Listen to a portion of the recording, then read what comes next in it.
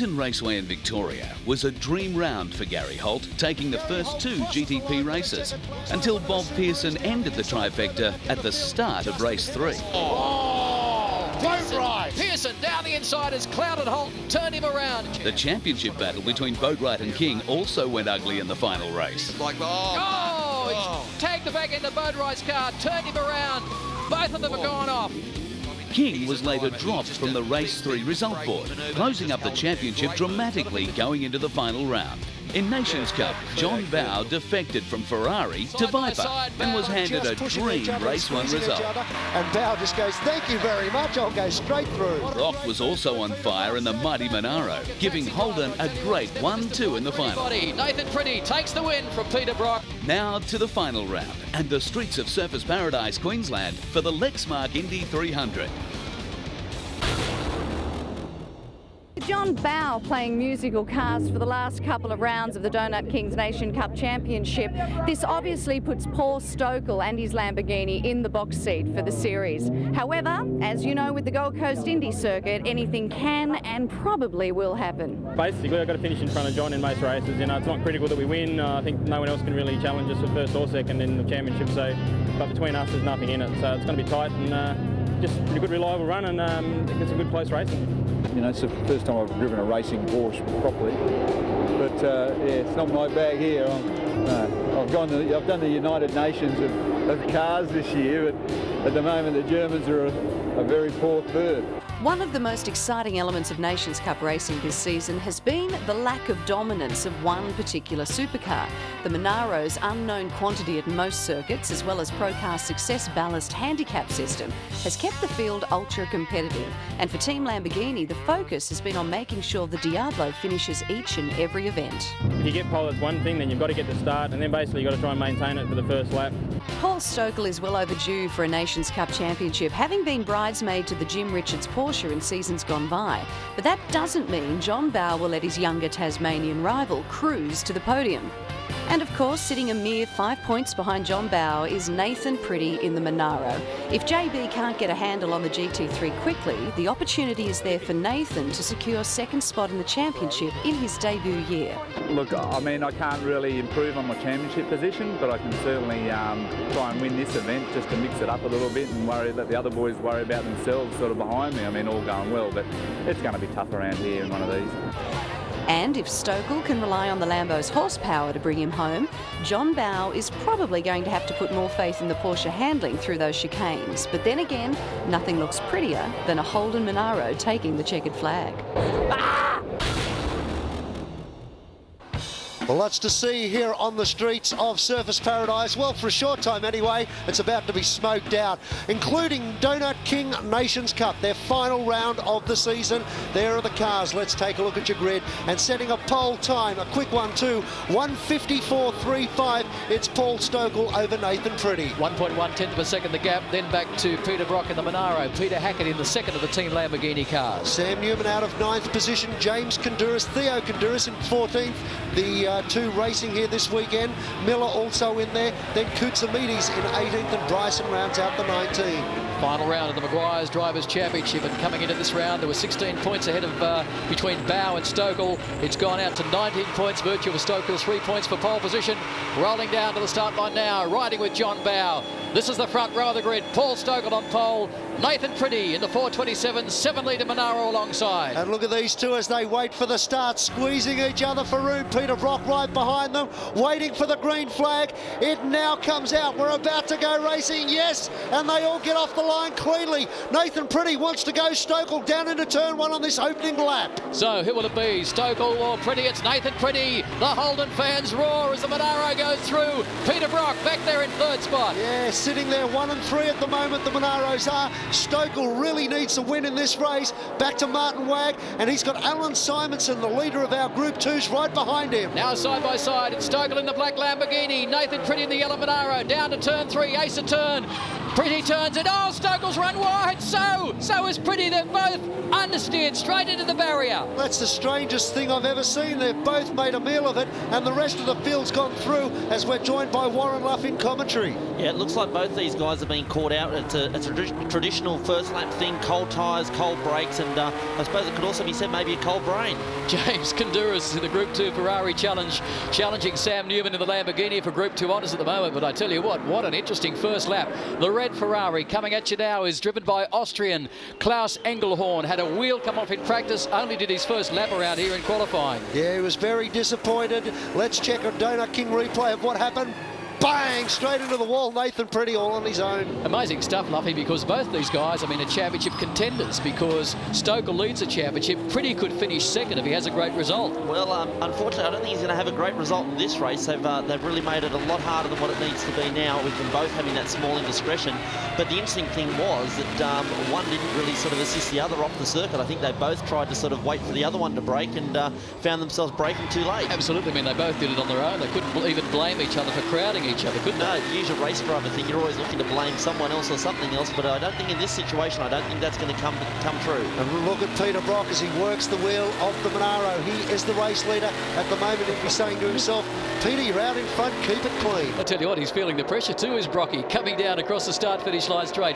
Now, he's finished a number of times on the podium this year, but he actually hasn't won a Nations Cup race. There are the Revolution driver specs on Peter Brock, 58 years of age, lives in Victoria. You know his professional motorsport career, 9 Bathurst wins, 9 Sandown wins, 3 Australian Touring Car Championships, the list goes on. Winner of the King's Cup at Spa in the 24-hour race with Alan Grice, first in the Repco Round Australia trial, raced at the Le Mans 24-hour race, and dearly would love to take out his 10th Bathurst win in the 24-hour endurance race at Mount Panorama coming up November 21 to 23. Yeah, everyone knows that Peter loves going to Bathurst, and the 24-hour race this year is no different. He's got a great car and a great team with that Monaro, and the list of co-drivers that he's got is also just as impressive. So I think you'll see Peter Brock probably have his best chance at a 10th Bathurst victory this year round. Here's Paul Stokell up ahead, working his way through the field, tries to get a run around his teammate Sam Newman, leaves him for dead as he goes down the beach straight. Team Lamborghini looking on. Let's go to Andrew Smith in the pits. Nathan doesn't seem to understand that this is a championship, not a boy racing go-karts, but anyway, what's done is done. We'll just see if we can gather up some points. I think when Andrew has a look at that replay, he'll see that I think that Paul managed to do that one all on his own. It wasn't anything to do with Nathan Pretty. Nathan was having his own problems out there. John Bowe bouncing through the VB chicane where he crashed in qualifying, hit one of the tyre bollards which speared him into the wall, bent the steering rack and broke the power steering on the car. They haven't had time to fix it between qualifying and this race. That's why Bowe is some 10 seconds off the pace. He's on screen now and really fighting hard to get this car around here. Yeah, I can't imagine what it would be like to try and drive around this place without power steering. It's hard enough on the driver as it is, but trying to muscle one of these cars around out here without power steering, I suppose it's just lucky that JB is so fit. You can see now working hard on the Porsche 911 RS, working his way up through the gears and coming into this round. Oh, the frustration on his face, coming into this round with a chance of taking the title from Paul Stokell, and pretty much all undone unless Stokell has a major problem. Let's take a look at the difference between the Group 1 Porsche RS and the Group 2 Ferrari 360 Challenge. 3.6 litre for the Porsche, 6-speed gearbox. Around 420 horsepower out of it, weighs in at 1,100 kilos and about $500,000 as a factory race car supplied by Porsche. Yeah, the Revolution race gear data tells us 3.6 for the Ferrari V8 6-speed, 400 horsepower, 1,180 kilograms and a price tag of $380,000. As the Formula 1 paddle style gear shifter, Simonson dives down the inside of Wag. The first of the Group 2 cars, and the Cooper's car, has done a great job, and he's in 4th spot, now up to 3rd spot, chasing Peter Hackett. Well, this is a great effort by Simonson in the Ferrari, because this is effectively a Group 2 car, mixing it with the front-running Group 1 cars. You can see here he's dived down the inside of Wag. Wag very luckily looked in his mirrors, saw him there. If he had a turn in, it could have ended in tears for both of them. So good bit of driving by both drivers there. I desperately love to see Alan Simonson in Nations Cup next year as we go on board with Peter Brock. He was so good good this year, as is this man, 220 kilometres, now 230 in 6th gear. Yeah, this is the telemetry that's coming from the car. You can see the speed on the right-hand side, almost touches 245 k's down the main straight at Indy. Revs to about 5.8, has the 6-speed Hollinger gearbox in 2nd gear now, working his way up to 3rd. Quick dab on the brakes, that's the red line in the middle, through the chicane, winding up now to 130, 140, down towards turn 3 around the Surfers Paradise circuit. Touches 200 k's up to 210, hard on the brakes at about 212 k's. Yeah, this is a really good insight for the people sitting here at home, because you can see how hard he's working there, and it gives you an idea of speed, gears and all that sort of stuff. It just gives you, I suppose, a better appreciation of the job these guys are doing out here. Starts his run up Beach Straight. You can see the car working its way up over 150 k's now. 4th gear, about to pull 5th gear. There he goes, revving the car out 200 and just under 230k before he jumps on the anchors. Again, hard on these massive brakes through the Bartercard S's. This is the car that Brock is going to drive in the 24-hour endurance race at Mount Panorama with Greg Murphy, Jason Bright, Todd Kelly. What a team to try and give Brocky his 10th Bathurst win. Oh, what a formidable team. There's a couple of Bathurst wins between those guys. They should be very strong at the mountain. 58 years of age and has lost none of his ability. Extremely fast in qualifying, and wouldn't it be great to see Peter Brock take this one out? Volkswagen race score looks this way. Peter Brock out in front of Hackett, Simonson, Stokell, Martin Wagg, John Bowe, Mark Eddy and Sam Newman.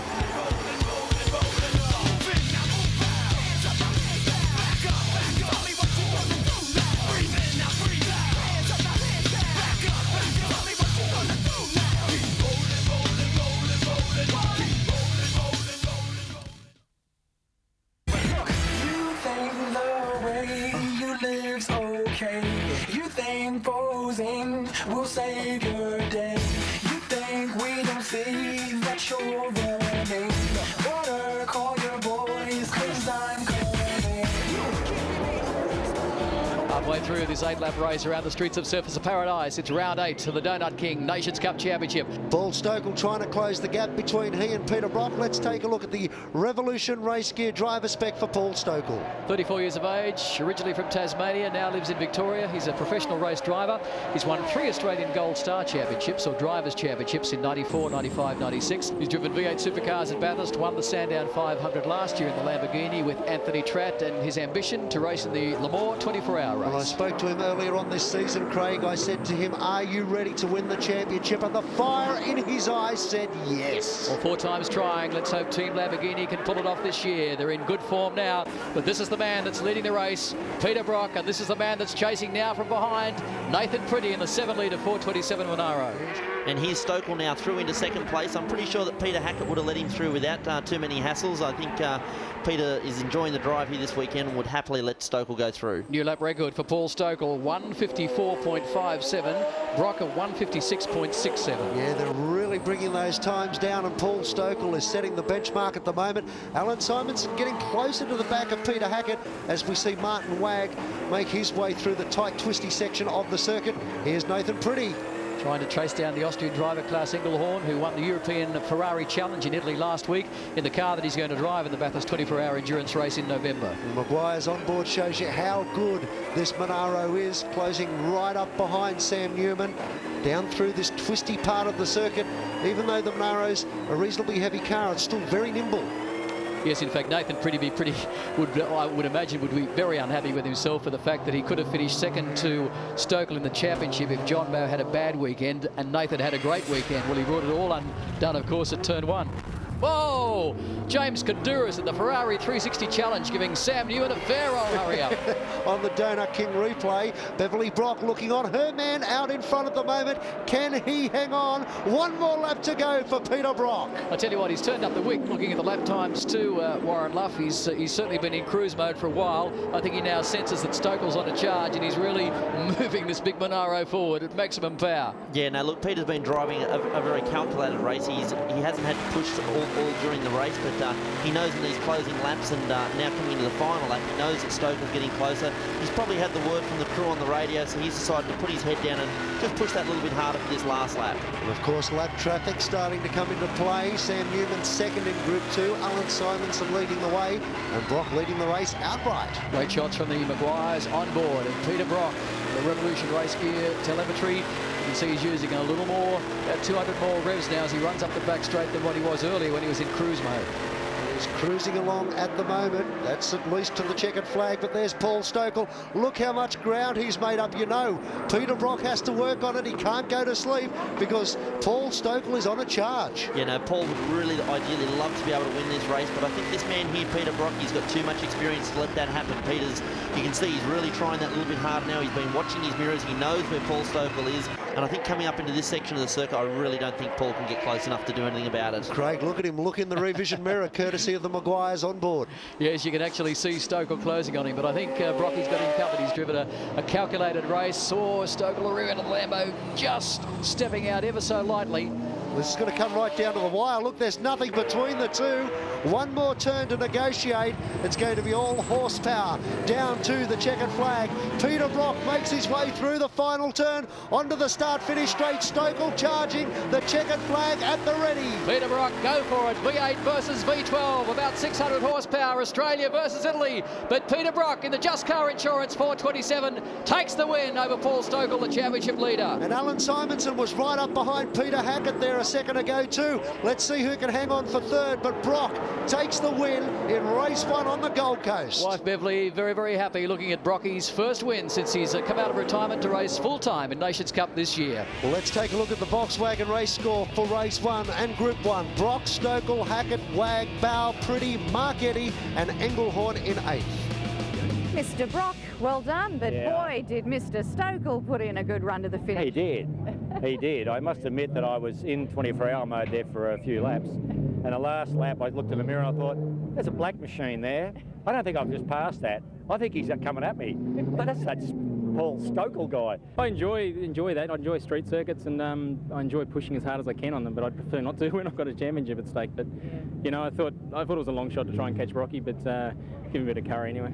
Nathan Pretty, ouch, did that hurt? Yeah, I was a bit disappointed there. It's the first scratch I've put on it all year, and, you know, it was just young bloke, cold tyres, I guess. I don't know, I'm quite as young as Nathan, but I'd pretty much say it was exactly the same thing, except I should know better. Yeah, I got sucked. I mean, I enjoy racing, Nathan. You know, we race is really hard, and we have a ball, but unfortunately we sometimes bring each other undone. James Kandouris has wrapped up the Group 2 championship, but Alan Simonson, the winner here at Surfers Paradise, from Sam Newman, Kandouris, and then his brother Theo back there in fourth spot. I got caught up behind Sammy and couldn't get through. It's a repeat of Winton.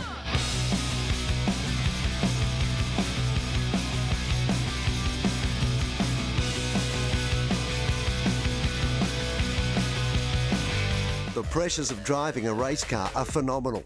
Competitive lap times, knowing when to get on the gas and how late to brake are just some of the instantaneous decisions drivers have to make. Those pressures are amplified if the driver doesn't feel safe, and the front line of this battle for peace of mind is the racing harness. Along with the seat, the racing seat, the harness actually holds you in the car, and unless you're held very securely in the car, you can't perform properly. It's very simple, and the comfort factor in a long race is absolutely paramount, and that's why, you know, I've been using clip bands since 1999 when they first made their product. It's the most comfortable. The battle for safety is being led by an Australian company that has some unique additions to this vital piece of equipment. This particular product has got a really good feature that normally I'm as bad as anyone. I have drink tubes and radio cords and things all strung to my seatbelt with bits of tape. The clip band have put this little loop here, which is very simple. I wish I'd have thought of it, for you to feed all your tubes and wires through, which saves you getting them tangled up with you. It's actually quite a clever little innovation. You'll notice that the webbing is very soft, and that's what contributes to the comfort. Look, it took a lot of development time because obviously it's got to be approved to the appropriate standards. So from a developmental part of it, yeah, it took quite a bit of time, engineering and money to get it up and running. We're a FI approved testing house here in Melbourne, so that was part of our strength in getting the product to the market. John Bowe is so impressed by this homegrown product, he's prepared to stake his life on it. Once I saw the product, then I tried it, and I saw the testing facilities. They've got an amazing complex out there, as good as anything in the world to test them. So after that, I mean, I was converted actually, because not only is it more comfortable to wear by a fairly large margin, it's as good or better than anything in the safety area, and it's made here. So you know, I'm an Australian, I'm a patriot, so I like to use it. It's the final round of the Donut King Nations Cup Championship. Peter Brock starting from pole position in the Monaro with Paul Stokell, the championship leader, alongside. Yeah, Alan Simonson, the first of our Group 2 drivers, then Sam Newman, James Konduras, Theo Konduras, Engelhorn, Stevens, Wilson, Algadri and Miller. Dean Kutsamoudis, Gary Young in the Maserati Trofeo, and Neil Bryson rounding out the 19-car field. Yeah, well, look, we think we've made some improvement. We found a problem that actually caused JB to run into the tyres in qualifying session, and he ran all the first race with a broken power steering pump and rack. So we've sorted that out, and we think we've found a little bit of improvement. I love it. It's the best course in the world for me. It suits the Ferrari, doesn't it? It does. The Ferrari lies perfectly. I spun in the first race, which was my mistake, so I hope I do better now. Extraordinarily lucky to be here at the IndyCar with a pit crew that makes the car, well, I don't know if it makes you go quicker, but it's much more enjoyable to drive. This woman here... In charge of the rings? Charge of rings, can you believe it? This lady here... Oh, let's say the pistons. Woo. Yeah, she's in charge of pistons. I'm down in pit lane. No, you've got to be in charge of some part of the car. Oh, well, you tell me. Oh. Well, don't really know much Disc about brakes. cars, really. Brakes.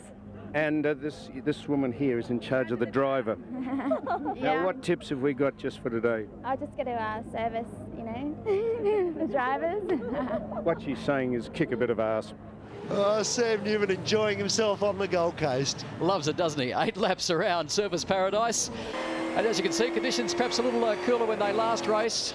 Nathan Pretty trying to come down and join the form up now as they follow the safety car down to the start-finish line. A rolling start, as always, in Nations Cup. And it's Australia on pole with Peter Brock in the mighty Monaro. Paul Stokell's Lamborghini alongside. Then Peter Hackett's Lamborghini. Simonson first of the Group 2 Ferraris. This is going to be a great drag. Green flag is waving. Brocky leading the way. Oh. Martin Wag. Wag's got in. Bang! Big time. Turned around. Oh, they're still going.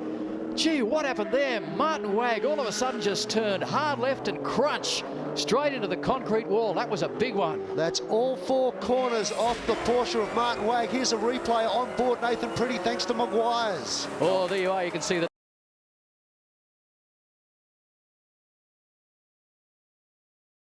On this? Well, it looks like the Ferrari might have moved over and squeezed Wag, and unfortunately for Martin, Nathan was there and nowhere left, but unfortunately turned around and belted into the wall rather heavily. You see Sam Newman involved in that too. He got caught up in it and got crunched backwards and forwards. Here's another view from Konduras' Ferrari 360 Challenge. Oh, crunch. You actually see Nathan did actually get on the brakes trying to avoid the obvious contact there, but unfortunately there was nowhere for him to go. Red flag. Let's go down to the pits with Mark Beretta and find out how Martin Wag is. Martin, how are you first? Nice ride. Short. Shook up, but no problems. You're right. No problems, yeah, no problems. What happened?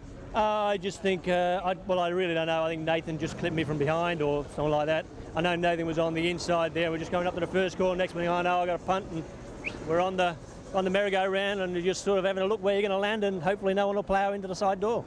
Unlucky start, mate. Yeah, well, all I want to do is bring it home clean, make sure we finish the third race. But anyway, that's racing. Well, it's good to see he's okay. Here's an onboard replay from John Bowe's car. You can see that Bowe tucked in behind Nathan Pretty, and he was lucky to stay out of trouble. And gee, I tell you what, that was a big crunch though. And luckily Wag pretty much spun down, or continued to spin and turn around down the left-hand side of the road, which really kept a few of the other cars around him out of the damage trail. Let's go down to Andrew Smith. Mate, not a great start for Sam. How's the car? I don't know, I'm about to find out. He's not too bloody happy. It wouldn't be Nathan Pretty right now. Hope he's got a good set of boxing gloves. Someone bumped someone and they all started spinning, and I think Martin and myself are we're just caught up in it all, just passive bystanders we are. Nothing more you can do. You can't pass anyone, can't stop, can't do anything. So just one of those racing incidents, I think they say. Bit unlucky, mate. Well, very unlucky, seeing as I had nothing to do with it.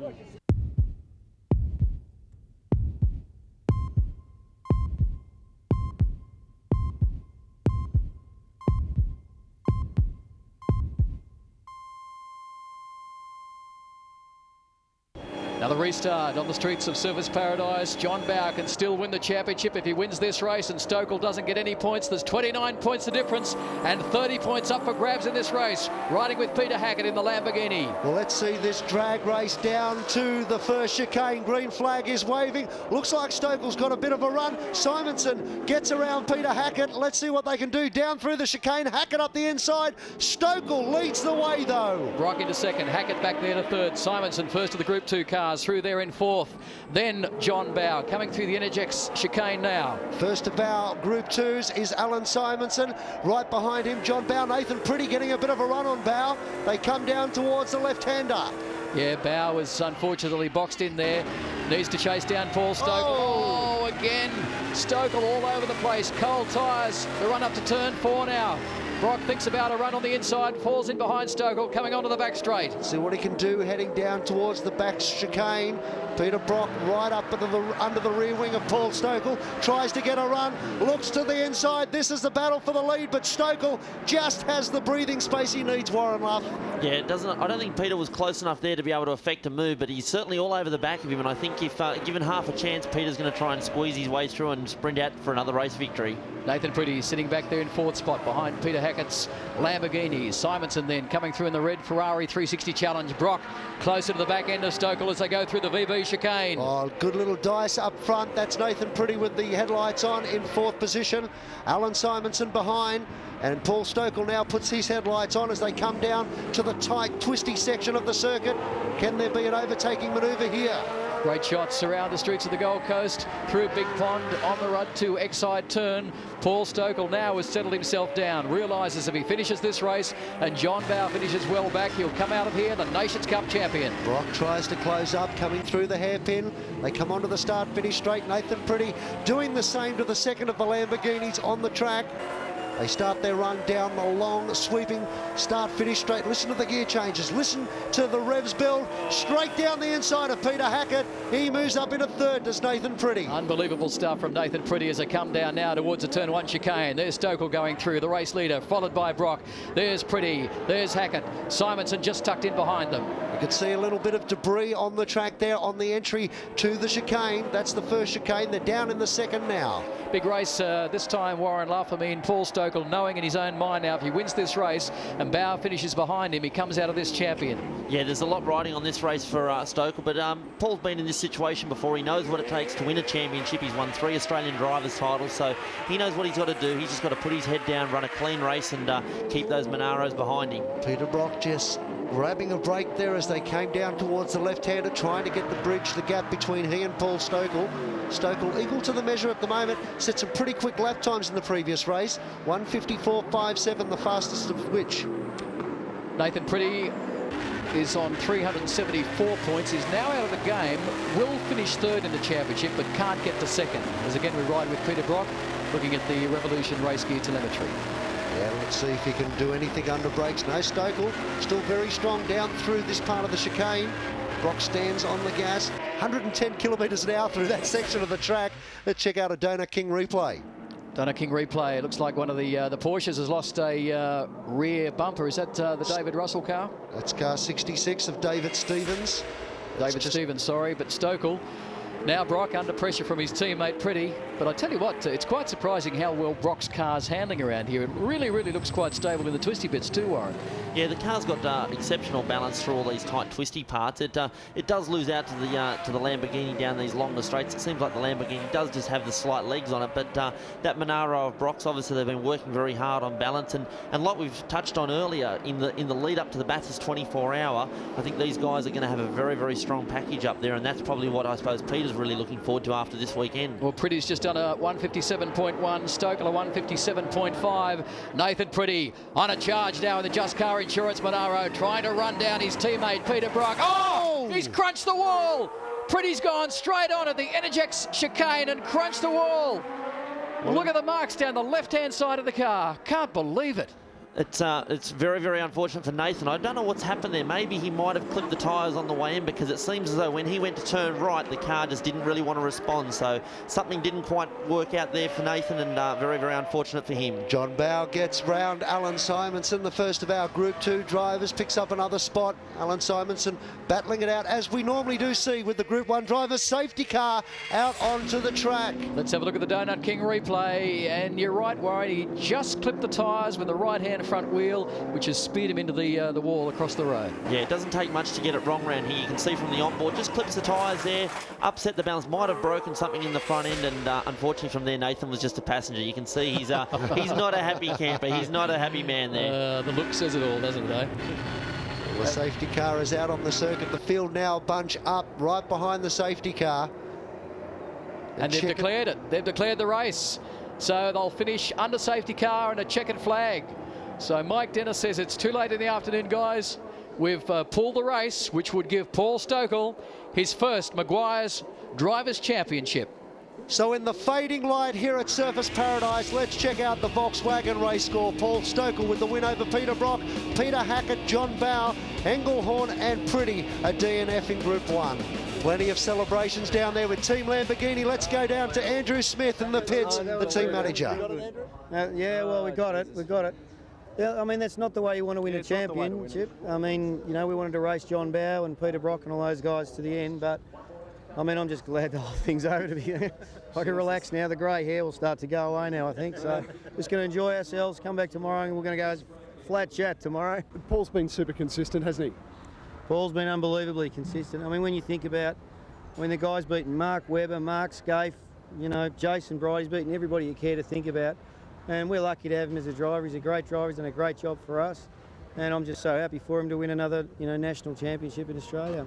I don't know why I'm wiping the sweat off my brow. We spent most of it under safety car and red flag, but I don't know, that's a weird race. I've never experienced anything like that, and Indy brings out all these strange things, and I guess I'm the champ. You are champion, Nations Cup champion at long last. I mean, does it feel good? It feels fantastic, yeah. I mean, it's been a big build-up to this day, and it's just a bit of an anticlimax, the race, really, but I'll take it any way it comes, and yeah, it's been fantastic, and I've got to thank all the guys. They did a fantastic job this weekend. I think they've been hanging on the edge of the seat as much as me, and it's been a long day.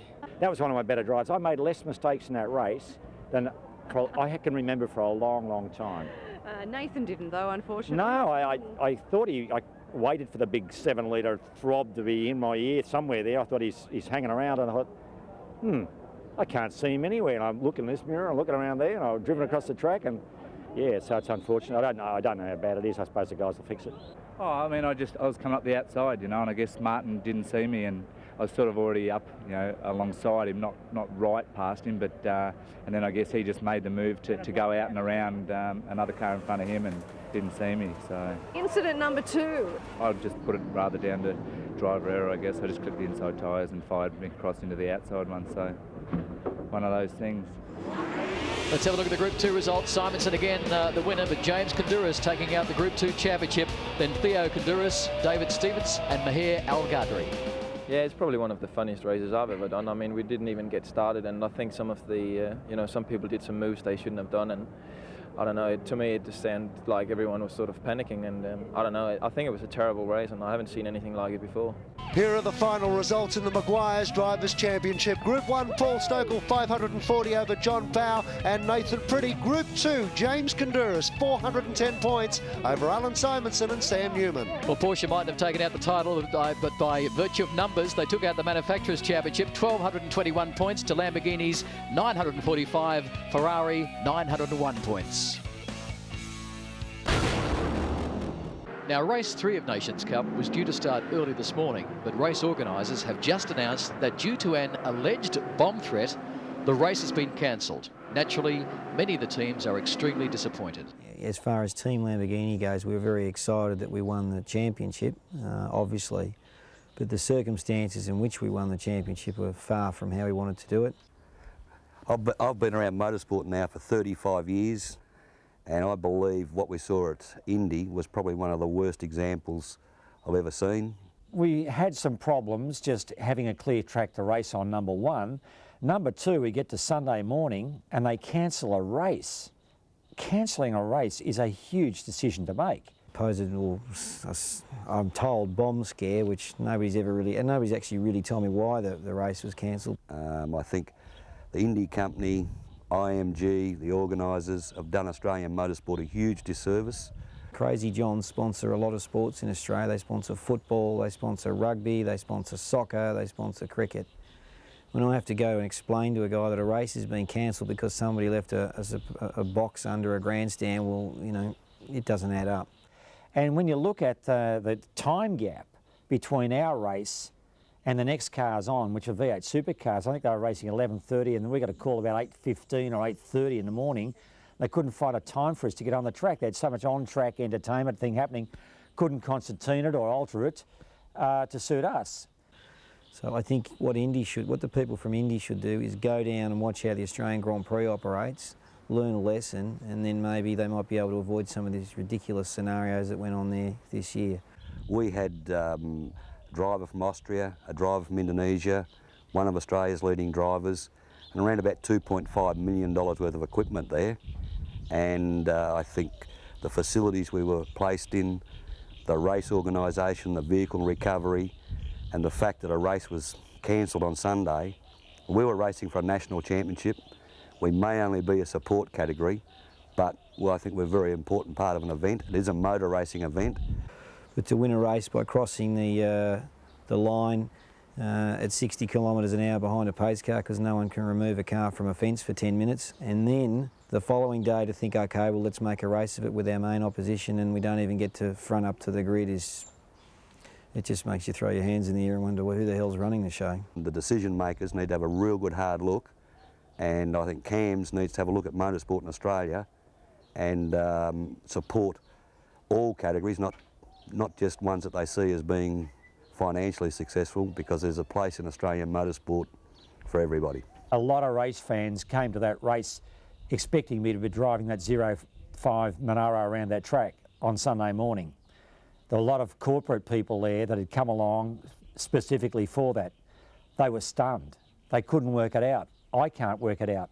I think we need some answers. So, after 4 years of trying, the Lexmark Indy 300 gives Paul Stokell his first Nations Cup championship. You know, the last 4 years have been a culmination of a lot of effort from Lamborghini and myself, and we've finally clinched the championship. And it's been a very difficult year.